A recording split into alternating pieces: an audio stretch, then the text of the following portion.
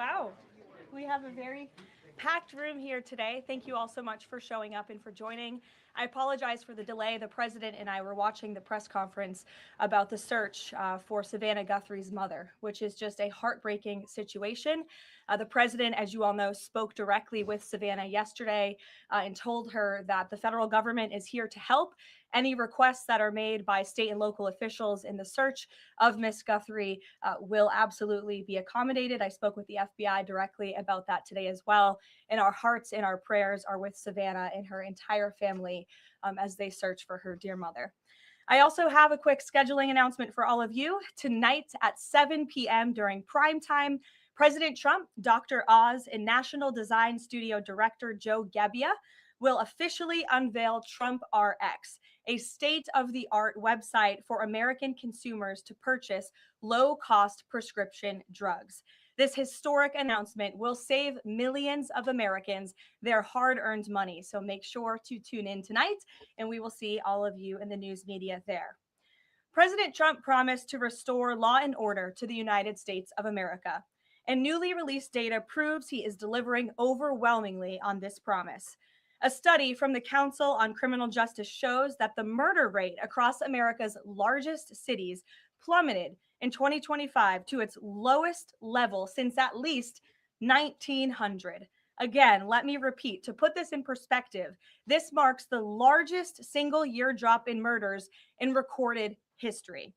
This dramatic decline is what happens when a president secures the border, fully mobilizes federal law enforcement to arrest violent criminals, and aggressively deports the worst of the worst illegal aliens from our country. The numbers don't lie. Under President Trump in 2025, the FBI increased violent crime arrests by 100% compared to the prior year. The FBI also conducted more than 67,000 arrests from Inauguration Day 2025 to January 20th, 2026, which is 197% more arrests than the same period previously. The FBI also disrupted 1,800 gangs and criminal enterprises, a 210% increase from the year prior. The FBI has arrested 1,700 child predators and more than 300 human traffickers across the country. Since President Trump took office, 6 of the FBI's top 10 most wanted fugitives have been captured. Right here in our nation's capital, where you all live, so you know it well, whether you choose to report it or not, the president's efforts to make D.C. safe and beautiful have worked. As of last week, D.C. homicides were down 62%, motor vehicle theft down 53%, and 2025 had the fewest violent gun crimes of any year of available data in our nation's capital. For more proof that these tough on crime efforts are working, look at the president's Make Memphis Safe Again campaign. As of last week, there have been nearly 5,600 arrests made, and aggravated assaults are down 53%. Sexual assaults are down 53%, and robberies are down 70%. Again, that's just in the city of Memphis. 5,600 arrests have taken place because of this president and his Homeland Security Task Force that has surged into Memphis at the request of both the governor and the mayor in that city. A Democrat mayor, I will add. These are the results that can happen when Democrats and Republicans, when the federal government and state and local officials work together. And that's what Trump wants to see to improve public safety across our country. When you have a leader like President Trump who empowers good cops to be cops and to arrest bad criminals, American communities will become safer. Many of the media outlets in this room have expressed shock and confusion at these remarkable statistics. The New York Times declared that, quote, "No one knows for sure what's behind the staggering drop in the murder rate. The reason is very clear. It is President Trump's leadership and his unwavering commitment to law and order. The drop in crime is more proof that all that is required to improve public safety on our streets is a leader with the will to do what is necessary to protect law-abiding American citizens. The terror and chaos that was unleashed under Democrat rule is a choice. It's a choice to put violent criminals ahead of innocent Americans, a choice to force us all to live in fear because of soft on crime, liberal politicians, prosecutors, and judges who lack the basic willingness to do their jobs and put dangerous people behind bars. On November 5th, 2024, the American people made a resounding choice that they've had enough of that, and that's precisely why they reelected President Trump. So even as Democrats and the liberal media are engaged in hysteria about this administration arresting and deporting violent, criminal, illegal aliens, the undeniable truth is that deporting these individuals is one of the primary reasons why America's streets are safer today than they were 1 year ago when President Trump assumed office. Former President Biden and the Democrats left our borders wide open, and President Trump and the brave men and women of ICE are removing these dangerous criminals. So here are just a few recent examples. Number one, a Venezuelan national and active Tren de Aragua gang member with a rap sheet including homicide, assault, child cruelty, domestic violence, and property damage. This is an individual I can assure you not a single one of you in this room would want in your neighborhood, whether you admit it or not. He entered the US in 2022 and he was released into our country by the Biden administration. He is no longer here thanks to President Trump. An El Salvadorian national and known MS-13 associate, previously convicted of homicide, conspiracy to commit homicide, and kidnapping, arrested for arson, battery, armed carjacking, and assault. He entered illegally in 2016, was released by the Obama administration, and ICE just arrested him on January 8th, 2026. This example shows you how many criminal illegal aliens have been roaming American streets freely because of a lack of attention to this matter from the previous administration, and President Trump is cleaning up their mess. A Cuban national and blood gangs member convicted of multiple homicides and robbery. ICE arrested him on October 27th and removed him on January 6th, 2026. Arresting and deporting these types of illegal criminals is precisely what the American people voted for. And despite desperate recent attempts by Democrats and those in the media to undermine the president's deportation agenda, these efforts are failing. Brand new Harvard-Harris polling shows overwhelming support for President Trump's efforts to protect law-abiding citizens from criminal illegal aliens. Nearly 8 in 10 Americans say criminal illegal aliens should be deported.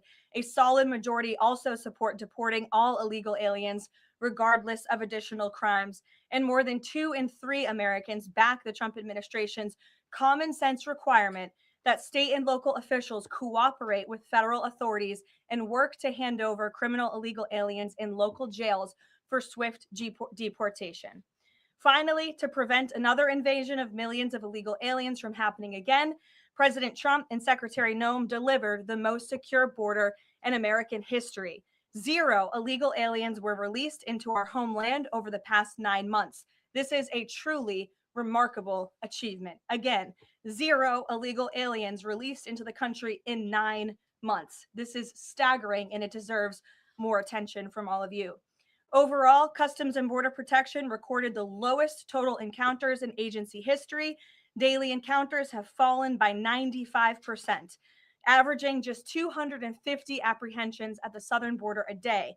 This is compared to over 5,100 daily apprehensions during the Biden years. It's a night and day difference because we finally have a president who enforces the law and lets our law enforcement do their noble jobs of protecting our homeland.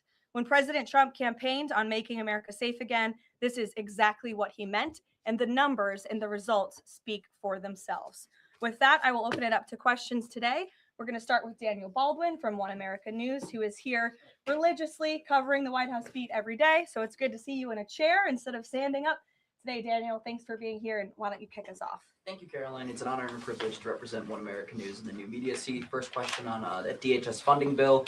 Funding runs out in the better part of 8 days or so. Democrats, at least verbally, are very dug in. What does the White House believe their end goal is when it comes to this funding fight, when it comes to immigration policy at large? What is their end goal when they're dug in a position like this at this point in time? Well, the president has 2 end goals. One is to obviously keep the government funded and open, and that includes the Department of Homeland Security, which does not just touch upon ICE and Border Patrol, but also FEMA, the United States Coast Guard, the United States Secret Service. These are brave public servants who work to protect our homeland. The president wants these individuals to get paid. Secondly, when it comes to any discussions about immigration policy, the president is never going to waver in his commitment to allow immigration enforcement efforts in this country. and to support ICE and Border Patrol in the deportation of illegal alien criminals. I know Senator Schumer and Leader Jeffries sent over a very long list of demands, some of which the administration is willing to discuss. Others don't seem like they are grounded in any common sense, and they are non-starters for this administration. But we're not going to negotiate policy from the podium. I'm going to allow the president to do that, and any final decisions that are made will be made ultimately by him. But rest assured, he is never going to allow law enforcement in the jobs that they do, the important jobs that they do, to be undermined. And secondly, Karoline, the Department of Homeland Security put out a tweet a better part of an hour ago alleging that an illegal alien was involved in a major car wreck in Indiana, killing 4 people, and they allege that the suspect in question came in under the CBP-1 app under the Biden administration and received a commercial driver's license from the state of Pennsylvania. What is the White House's reaction to a situation like this? And what is the White House doing to crack down on cases like this where illegal aliens are obtaining commercial driver's licenses? Yes, this is another abhorrent example of the border crisis over the past 4 years. And it again exemplifies why the administration must continue and will always continue to fully back and support ICE and Border Patrol and law enforcement in their removal of illegal alien criminals from our country. For those who don't know, and all of you should report on it, 4 Americans were tragically killed and lost their lives this week yet again from an illegal alien, an individual who was paroled into the country by the Biden administration using the CBP-1 app, which they created like it was a magic pass for Disneyland. That's not how immigration in this country should work. And this illegal alien from Kyrgyzstan was traveling on an Indiana highway, and he failed to brake for a slowed semi-truck in front of him. He swerved into the lane and he crashed into a van carrying 15 passengers, and 4 people were killed in that crash. This is another tragedy that could have been prevented if not for the wide open borders from the previous administration. That's why we now have a secure border. That's why this administration will continue to deport illegal aliens from our country. Thank you for being here. Garrett. John, thank you for your comments and your prayers for the Guthrie family. I have 2 questions related to the president's interview with NBC yesterday. Sure. At one point in the interview, the president said that he believes states are accumulating the votes for who wins the election. He says if they, meaning the states, can't do it honestly and can't be done properly and timely, then something else has to happen. What did he mean by that? Is he suggesting that the federal government count votes in elections? What the president is suggesting, and I just spoke to him about this, is that Republicans and Democrats in Congress should pass the Save America Act. This piece of legislation is going to ensure that states are abiding by federal election law by removing non-citizens from their voter rolls. In addition, the Save America Act will require voter ID to vote, and it will require proof of citizenship to register to vote. These are very common sense policies and proposals that 89% of our country agree with. So that's what the president is talking about. Again, I just spoke with him about this, and he's calling on both Republicans and Democrats to send the Save America Act, to pass it into law and to send it to his desk as quickly as possible. The SAVE Act doesn't say anything about who counts votes, which has always been a state, a local, a county function. Why does he keep talking about somebody else, presumably the federal government, counting votes? Because the SAVE Act directs states to remove non-citizens from their voter rolls. And we know in states across the country, the president is right to point this out. In states like California or in places like New York City, non-citizens are allowed to vote in state and local elections. And the federal government should absolutely do away with that.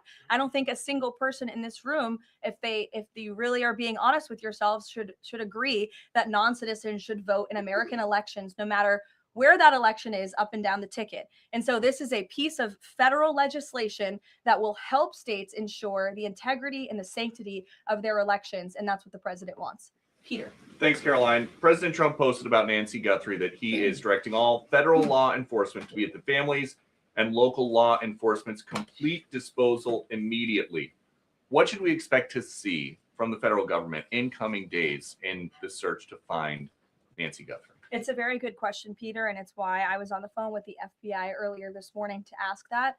And what they told me is that the FBI, again, is at the disposal of the state and local government. Whatever personnel or assets or resources that the state and local authorities and police need will be granted to them at the direction of the president, the FBI director, and the attorney general. A different law enforcement issue. The FBI just found 1,000 samples inside an illegal biolab in Las Vegas. It is linked to a different biolab that was previously raided. There are ties to China. What does the president think the CCP might be up to here? I haven't spoken to him about this specific investigation from the FBI, but I'm happy to, and I'm sure he's very glad that this is something the FBI discovered, and we'll make sure anyone who is involved in illegal activity will be held accountable. And just one more about this weekend. At the Mar-a-Lago Super Bowl party, after the first two quarters, are the TVs going to be on the halftime show with Bad Bunny or the halftime show with Kid Rock? I think the president would much prefer a Kid Rock performance over Bad Bunny. I must say that. Jennifer. On the nuclear arms pact, we saw the president's post on that. Yes. But can you say, is there a temporary agreement with Russia to stand by the terms of the New START treaty while negotiations are happening? Not to my knowledge. Again, to your point, Jennifer, I just do want to reiterate exactly what the president said. He wrote just moments ago, the United States is the most powerful country in the world. I completely rebuilt its military in my first term, including new and many refurbished nuclear weapons. I also added Space Force and now continue to rebuild our military at levels never seen before. We are even adding battleships, which are 100 times more powerful than the ones that roamed the seas during World War II. The Iowa, Missouri, Alabama, and others. I have stopped nuclear wars from breaking out across the world between Pakistan and India, Iran and Israel, and Russia and Ukraine, rather than extend New START, a badly negotiated deal by the United States, which I will add was renegotiated under former President Barack Obama. Aside from everything else, is being grossly violated. The president wants to have our nuclear experts work on a new, improved, and modernized treaty that can last long into the future. And that's what the United States will continue to discuss with the Russians. Peter. Thank you, Caroline. Sure. Did President Trump himself ever ask DNI Gabbard to head down to Fulton County, Georgia? The president was asked and answered that question just yesterday. I've seen a lot of the media in this room get very caught up with the semantics of why Tulsi Gabbard is there. I will tell you why, and the president agrees with this, because election security is essential to national security. And as the director of national intelligence, it is a part of Ms. Gabbard's role to make sure that American elections are free of foreign interference and that American elections are safe and secure. And so the ODNI director is working with the FBI on this effort, and the president wholeheartedly supports both Kash Patel and Tulsi Gabbard in ensuring that American elections are safe, are secure, and are free of foreign intervention. Is there any Michael, go indication ahead. that there's Thank you, foreign Caroline. influence? Federal law enforcement's involvement in the search Well, for Nancy Guthrie. excuse me one second. It's the media who has said that there's Russian interference in American elections. You guys have been saying that for many, many years. So the people in Fulton Well, County. the people in this room, considering that you all said for many years that Russia interfered in the 2016 election to help Donald Trump, you should all be very happy that we finally have an administration that is looking into that, and we'll be happy to keep you posted. Michael. Thanks, Caroline. With the FBI's involvement in the search for Nancy Guthrie,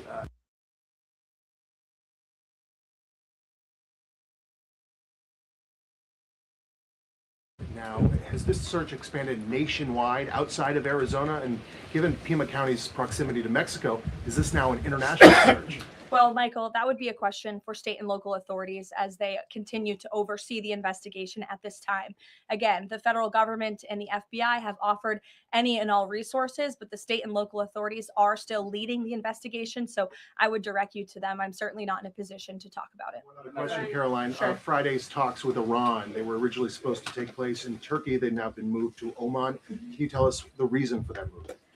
Look, the president, diplomacy is always his first option when it comes to dealing with countries all around the world, whether it's our allies or our adversaries. And so Special Envoy Witkoff and Jared Kushner will be traveling to Oman for those talks tomorrow, and we will see what comes of those. The president is standing by for an update from them.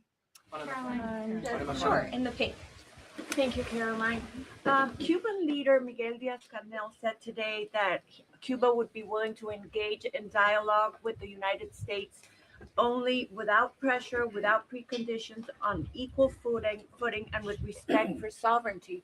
But his government is denying what President Trump said, that they're all already holding talks. How would you respond to that? I think the fact that the Cuban government is on its last leg and its country is about to collapse, they should be wise in their statements directed towards the president of the United States. But as I just reiterated, the president is always willing to engage in diplomacy, and I believe that's something that is taking place, in fact, with the Cuban government. Yeah, thank you, Caroline. So the Office of Personnel Management released a final rule today that makes it easier to fire government employees who are not doing their job, basically. Does the president believe that there are people in his government still that are not following his agenda? That's a good question. I have not asked him about that. I mean, look, it's a very big government, right? There are thousands of people who work for the federal government here in Washington, D.C.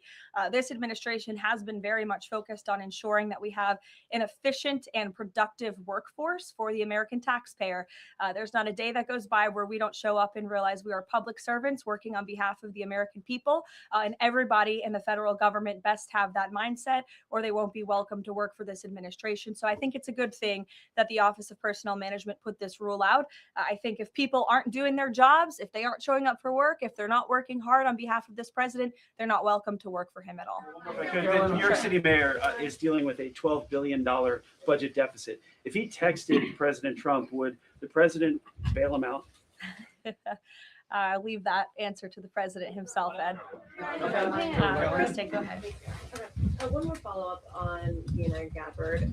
You said that the president supports the fact that she was there, but last night when he was asked about it, he said he didn't know why she was there. He didn't say that he directed her. Can you clarify on that? Did she go by herself and he learned later and supports it? Well, did you look at the full entirety of his response? I was in the room for that NBC interview, Kristen, and he just said exactly what I told you, which is that election security is essential to national security. We need to ensure that our elections are free and are fair and are free of foreign interference. And he spoke about how Ms.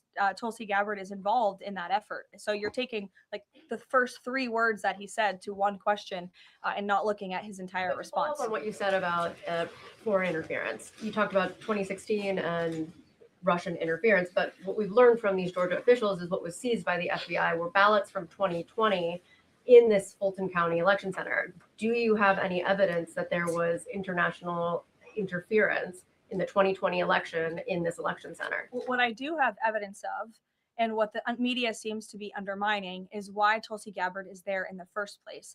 And I would point you again to federal law that clearly assigns the DNI and the office with the statutory responsibility to lead counter intel matters related to election security. This includes assessing risks to election voting systems, software, voter registration databases, and more, and analyzing foreign interference. And the ODNI is responsible for supporting the White House interagency action to secure our elections through intel analysis and vulnerability assessments. And they should be routinely collaborating with agencies like the DHS, the DOJ, and the FBI. So as for that question, it would be better suited to ask the Director of National Intelligence herself in her office. But what I'm telling you is that it is more than appropriate. In fact, it is Tulsi Gabbard's job to ensure that our elections are safe and secure. And that's exactly what she's been doing on the ground in Georgia. And I don't understand why anyone in this room, considering you're all American citizens, I believe, and like to vote in our nation's elections, should have any problem with that whatsoever. Natalie. Thank you, Caroline. The president said that the administration should take a softer approach on immigration enforcement. He's also suggested for months that some migrant workers should be spared from these raids based on what they're doing. Is the administration going to continue to conduct large worksite raids as it seeks to target violent criminals? And can you clarify, is the federal government going to continue doing these deportation operations in blue cities where authorities say they don't want them? Well, first, again, to the president's answer yesterday, the full context of his answer was that he'd like to see a softer touch, but we are always going to remain tough. That softer touch the president is referring to is that cooperation that is necessary between state and local authorities and federal government authorities to ensure that we can continue deporting illegal aliens from our communities without tons of agents having to go after one illegal alien. If the states and the local governments just turn over their illegal aliens to ICE at jails, as they should be doing, it requires one agent to deport that one illegal alien who can then go on their way to their home country in a peaceful manner. The escalation that we've seen take place in Minnesota is a direct result of the refusal of state and local officials to cooperate with the federal government and with ICE, which has led to these hostile and dangerous environments. And so we don't want that. Again, the president wants direct cooperation, and that's what he was referring to. As for worksite raids, I don't broadcast any future action that may or may not happen from the Department of Homeland Security. But again, the president's focus and the administration's focus is on targeting illegal alien criminals, especially those who have committed heinous crimes in our country, as evidenced by the few illegal aliens that I just shared with you here today. Will ICE and Border Patrol avoid going to other blue cities where the local officials are saying, we won't work with you, we don't want you here? Well, first of all, those local officials should be wanting to work with ICE. Why would any official, whether you're a Democrat or a Republican, want murderers and predators in your city? It makes zero sense. It's an untenable position. The only reason Democrats are taking that position now is because their entire party platform is just anti-Trump. It makes no sense for the American people. They should be calling this White House. They should be calling Secretary Noem. They should be calling Tom Homan, and they should be saying, we want to work with you to remove the worst of the worst criminals from our city. Please come here. So yes, ICE is going to continue to do their job in cities and communities across the country, but it certainly makes it much easier when we have that level of cooperation and corroboration at the state and local level. In places like Florida, where there has been the arrest of thousands, tens of thousands of illegal alien criminals. None of you talk about that, or none of you hear about that, because these operations are going seamlessly and peacefully. Why? Because there is an intimate cooperation between the state government and the federal government. And that's what the president wants to see in all 50 states. In the whites, yes. Hi, thank you, Caroline. Over the weekend, President Trump said that he was giving a serious look at endorsing in the Texas Republican Senate primary. We know that Minnesota and Georgia also have competitive, crowded primaries. Is he giving those races a serious look as well? Well, I'm not allowed to speak from the podium on any future political endorsements the president may or may not make, but I know that he is watching all of these races across the country quite carefully. I won't get ahead of him on any potential endorsements.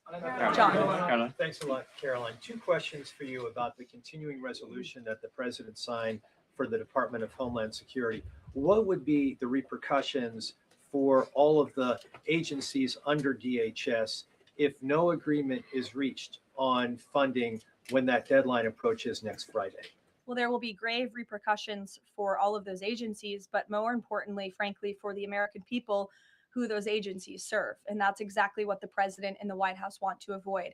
Again, we want to keep the government funded. We want the Department of Homeland Security, of course, to be up and operationalized and continuing as necessary to protect our homeland, to secure our border, to ensure the brave men and women of the United States Coast Guard are getting paid, the brave men and women of the United States Secret Service who protect the president, the vice president, and frankly, all of you in this building every day continue to receive the paychecks that they so well deserve. And so that's why the White House will engage in these talks with Democrats. But again, the president is never going to cave on this administration's core promise to deport illegal aliens from our country. You said, Caroline, in your statement that there are certain proposals that Democrats are putting up that are non-starters.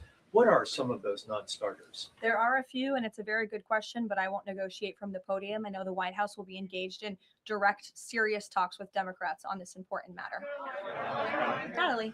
Thank you. In addition to launching Trump RX tonight, Trump has said that he wants to meet with insurance companies to lower healthcare costs. Do you have any update on when those meetings? Yes, he does want to meet with insurance companies. That meeting will take place. I don't have an update on when it will be on the schedule, but the purpose of that meeting will be to continue to negotiate with these companies to ensure that more money is going back to the American consumer. And you're all going to see that on full display tonight at 7 o'clock with the formal launch of Trump RX.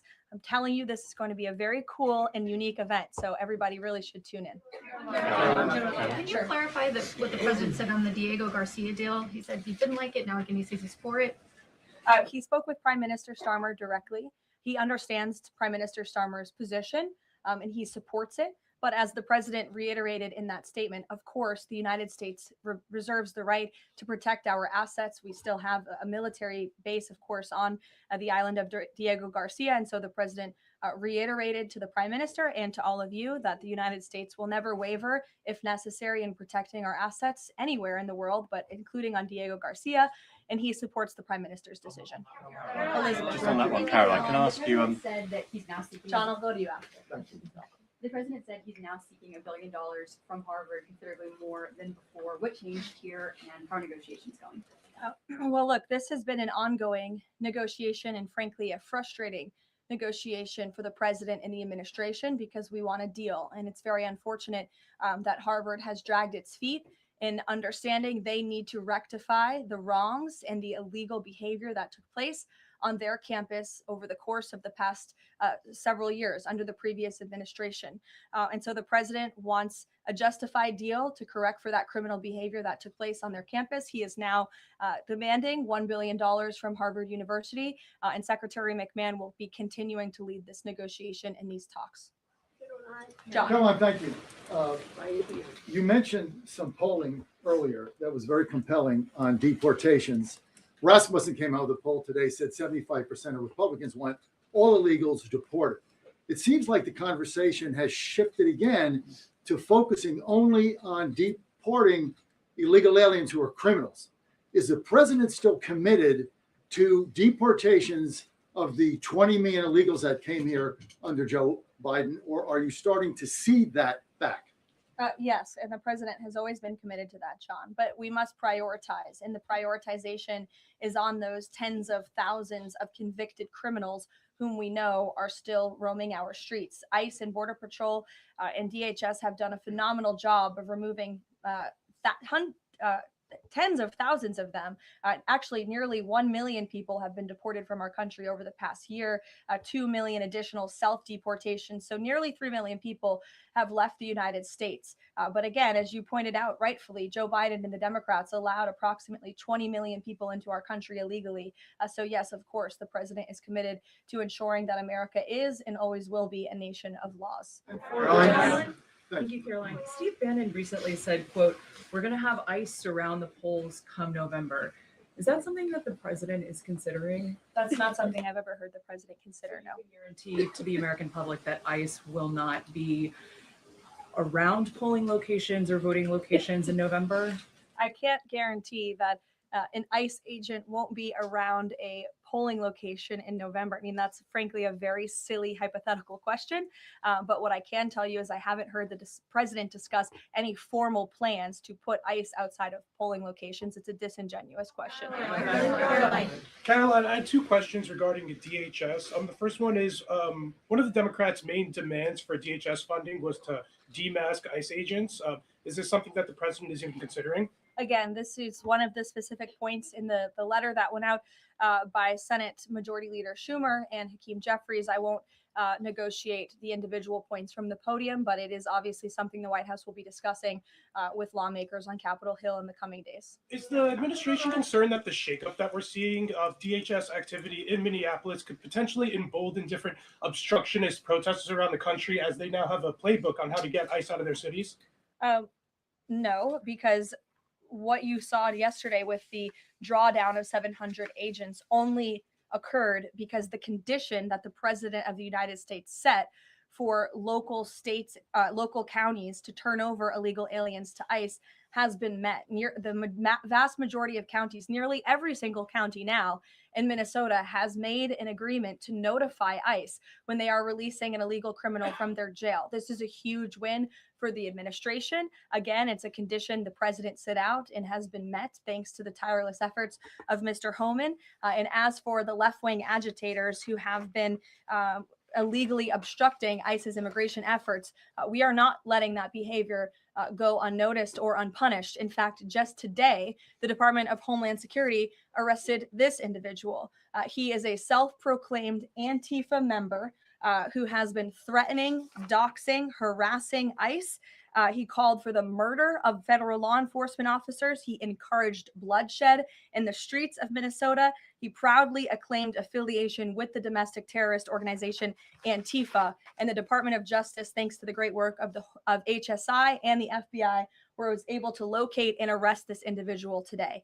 So we are committed to enforcing our immigration laws. We want that level of cooperation from state and local officials. And if people are illegally obstructing our federal law enforcement operations, if they are targeting, doxing, harassing, and vilifying ICE agents, they are going to be held accountable, like this individual here, who again is a self-proclaimed member of Antifa. He is a domestic terrorist, and he will be held accountable in the United States. Caroline, just to follow up on Garrett's earlier question, I mean, you talked a lot about the SAVE Act. I know you spoke with the president about it before you came out here.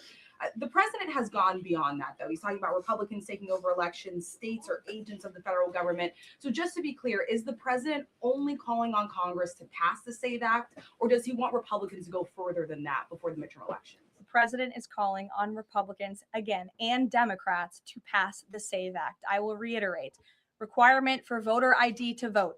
That should be something that no American should oppose. In fact, we know that the vast majority of Americans support it. Requiring proof of citizenship to register to vote, which is not hard to do. We should be able to do that in this country. If you want to register to vote in the United States of America, you have to be a citizen in the United States of America. And this piece of federal legislation will direct states to remove non-citizens from the voter rolls. I just had a conversation with the president about it. John. Thank you, Caroline. I have two questions. Tariffs on South Korea. As you know, President Trump recently mentioned increasing tariffs on South Korea.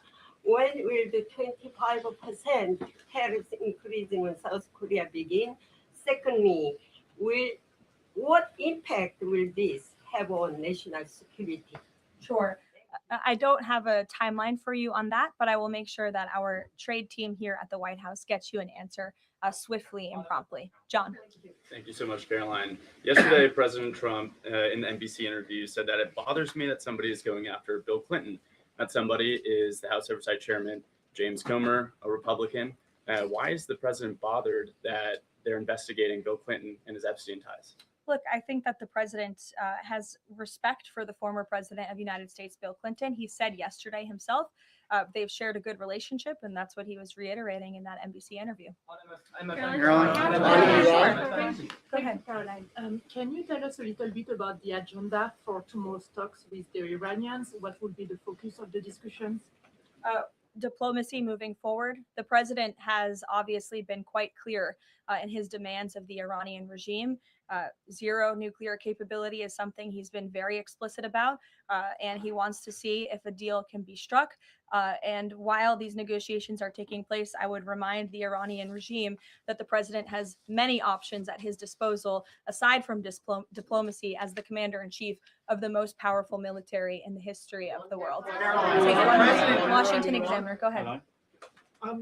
Lynchburg County, Virginia is the third local law enforcement is defying the blue government's demand that they no longer cooperate with ICE. There's a lot of red counties that are thumbing their nose at the blue government, blue states leadership, telling them not to cooperate with ICE. Will this administration support those counties in any way? Support them either through legal help or? Absolutely. And if there is a county in this country, whether it's red or blue, that seeks to cooperate with the federal government to remove violent, illegal criminal aliens from their communities, this administration is here to help. You've heard the calls from the president himself on asking Democrats and Republicans across the country to call on the Trump administration to work with them, not against them, in the matter of public safety and securing our homeland. Thank you all very much. You'll hear directly from the president tonight at 7 o'clock. And I hope everybody has a good weekend. Happy Super Bowl weekend. The president has wisely chosen not to make a prediction in Sunday night's game. But as a native girl from New Hampshire, go Patriots. Thank you, guys.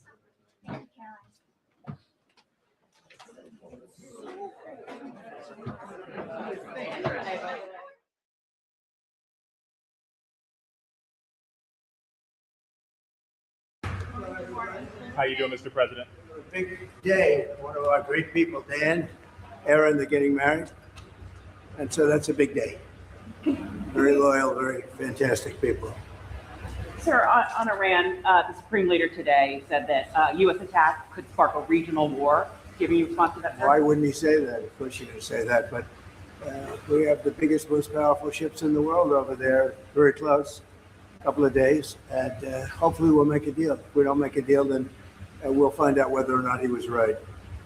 Mr. President, in Texas, a Democrat won the special election in an area that you had won by 17 points. What is your reaction to I that? don't know. I didn't hear about it. Somebody ran where? In Texas, a special election for legislative. The ninth state Senate seat. I'm not involved in that. That's a local Texas race. Did you endorse the Republican? You mean I won by 17 You did. and this person lost? Things like that happen. Does it worry you about? Well, you don't know whether or not it's transferable. You know, I'm not on the ballot, so you don't know whether or not it's transferable. But you put the Democrats in, you'll end up with open borders again. You'll end up with crime all over the place. We have no crime anymore. I mean, think of it. The country has the lowest crime it's had in 125 years in recorded history. The year 1900. That's a long time ago. So it's very good. No, I don't know anything about it. I didn't know. I mean, I know there's a race going there, and it's too bad. What can I say? I have nothing to do with it. Yeah. Well, Cuba's a failing nation. It has been for a long time, but now it doesn't have Venezuela to prop it up. So we're talking to the people from Cuba, the highest people in Cuba, to see what happens. I want the people that came here that were horribly treated by Cuba to be taken care of, to be able to go back and do what they have to do. They have their family there. They haven't been able to see them in years, many, many years. So I think we're going to make a deal with Cuba. This is back to Texas. It's in bad shape. Cuba's in bad shape. Cuba has a humanitarian problem. Do you have any plans to endorse in that Senate race? Has your mind Which changed Senate at all? race? In Texas, the GOP I'm primary. giving it very serious thought. My problem is I'm friendly with all of them. Those are the hard ones. I like all of them, all three. But you'll be seeing soon. Okay? They say whoever I endorse wins. That's probably right. Do you support all federal border patrol agents and ICE wearing body cams? We'll be talking about that in the near future. Okay? But you saw my note that I put out yesterday. That was I think it was pretty conclusive. Look, we stopped crime in our country and the border is the best it's ever been. Thank you very much. I got to go to a wedding. Thank you.